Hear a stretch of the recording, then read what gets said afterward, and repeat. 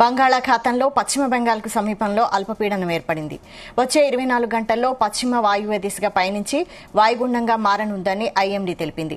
ఈ ప్రభావంతో నేటి నుంచి ఈ నెల 6 వరకు పశ్చిమ బెంగాల్, జార్ఖండ్, ఛత్తీస్గఢ్, మధ్యప్రదేశ్, ఉత్తరప్రదేశ్, రాజస్థాన్లలో భారీ నుంచి అతి భారీ వర్షాలు కురుస్తాయని అంచనా వేస్తున్నారు. రాబోయే 3 రోజుల్లో ఏపీలోని పలు ప్రాంతాల్లో తేలికపాటి నుంచి ఓ మోస్తరు వర్షాలు కురుస్తాయని వాతావరణ శాఖ అలర్ట్ జారీ చేసింది.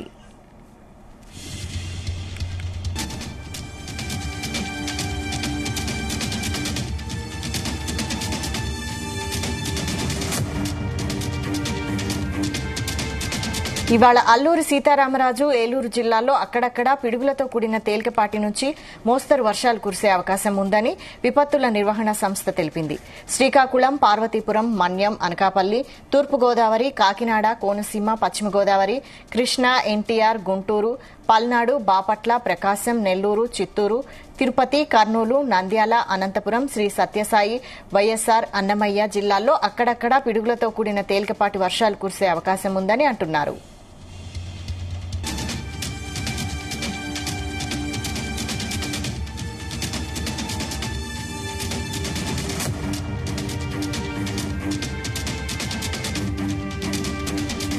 నిన్న ఏలూరు జిల్లా కుక్కునూరులో 70 మిల్లీమీటర్ల వర్షం కురిసింది.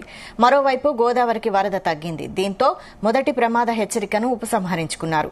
ధవళేశ్వరం దగ్గర గోదావరి నీటి ఉధృతి తగ్గింది.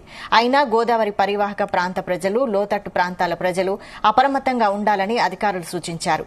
ఇటు కృష్ణా నదికి వరద పోటెత్తడంతో శ్రీశైలంలోని 10 గేట్లను ఎత్తి నీటిని దిగువకు విడుదల చేస్తున్నారు.